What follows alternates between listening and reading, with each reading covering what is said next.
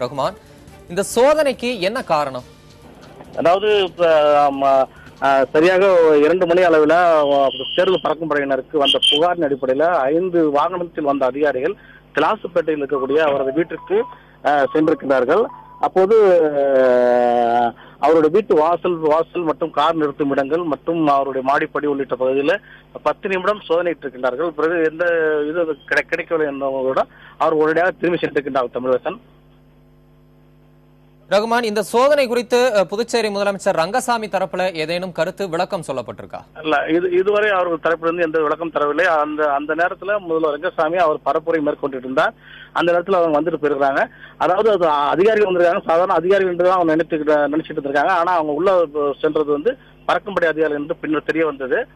அவர்கள் அந்த சோதனை எடுத்துக்கிட்டாங்க. இது சம்பந்தமாக ஏதோ புகார் அவர்களுக்கு வந்ததன் அடிப்படையில் அது சென்றதாக அதிகாரிகள் தரப்பில் கூறப்படுகின்றது. தமிழரசன், அந்த புகார் யார் தரப்புல இருந்து வந்துச்சுன்னு ஏதாவது தகவல் கிடைச்சதா? அது தெரியும். இது வரைக்கும் அந்த தகவலை உறுதிப்படுத்த முடியல தமிழரசன்.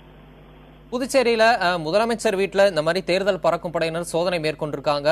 இவர் தவிர இதற்கு முன்பாக ஏதேனும் முக்கிய அரசியல் தலைவர்கள் வீட்டுல இது மாதிரி சோதனை நடைபெற்றிருக்கா?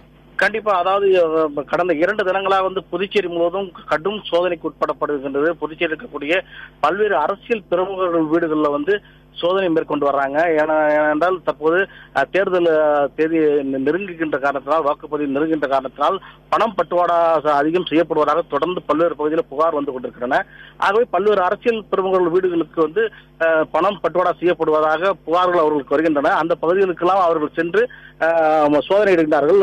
ஆனால் சோதனையில் பெரும்பாலும் எதுவும் சிக்குவதில்லை. இது போன்ற சோதனையை தற்போது தேர்தல் துறை அதிகாரிகள் தீவிரப்படுத்தியிருக்கின்றார்கள். செல்வரசன், ரகுமான், இந்த சோதனை குறித்து தேர்தல் அதிகாரிகள் பறக்கும் படையினர் தரப்புல ஏதேனும் கருத்து சொல்லப்பட்டிருக்கா? இதுவரை தொடர்ந்து நம்ம இது குறித்து நாங்கள் தொடர்ந்து அந்த மாவட்ட ஆட்சியரும் தேர்தல் நடத்த அதிகாரியுடன் நாங்கள் தொடர்ந்து சம்பந்தமா கேட்டுட்டு இருக்கோம். இது குறித்து உரிய பதிலாக இதுவரைக்கும் தெரிவிக்கல. எந்த துறை அதிகாரிகள் சென்றிருக்கின்றார்கள், எந்த டிவிஷன் சேர்ந்த அந்த பகுதிக்கு சென்றார்கள் என்பது குறித்தான தகவல் முழு விவரமும் இதுவரை வரவில்லை. தமிழரசன், ரகுமான், இந்த சோதனைக்கு என்ன காரணம், எந்த புகாரின் அடிப்படையில் இந்த சோதனை மேற்கொள்ளப்பட்டுச்சுன்னு மீண்டும் ஒரு முறை பதிவு பண்ணுங்க.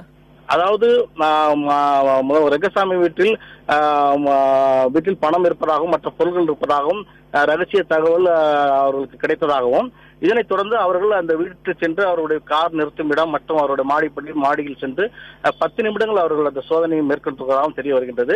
ஆரம்பத்திலே அந்த தெருவில் அந்த கார் வந்தவுடனே அதிகாரிகள் யாரும் வீட்டுக்கு வந்ததாகவே அவர்கள் கருதினார்கள். அதன் பிறகே இவர்கள் தேர்தல் பறக்கும் படை என்பது மேலும் தெரிய வந்தது. தமிழரசன், புதுச்சேரி முதலமைச்சர் ரங்கசாமி வீட்டில் தேர்தல் பறக்கும் படையினர் சுமார் 2 மணி அளவில் 10 நிமிடம் சோதனை மேற்கொண்டிருக்கின்றனர். இந்த சோதனையின் முடிவில் எந்த ஆவணங்களும் கைப்பற்றப்படவில்லை. இது குறித்த உங்களுடைய தகவல்களுக்கு நன்றி ரகுமான்.